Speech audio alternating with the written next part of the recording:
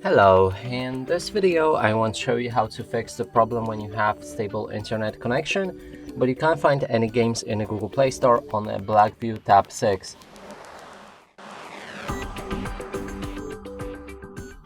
And to do this, let's launch our Google Play Store, and here if we try to find any game like Call of Duty,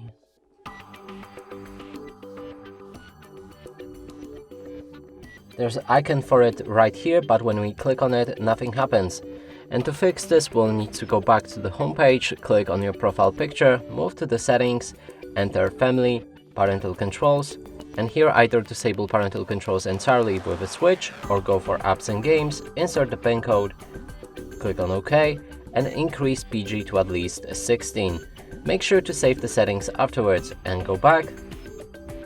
Now, when we find Call of Duty, it's right here and we can install it. And that's it for this video. Hope you like it. Please consider subscribing to our channel, leave a like and a comment below.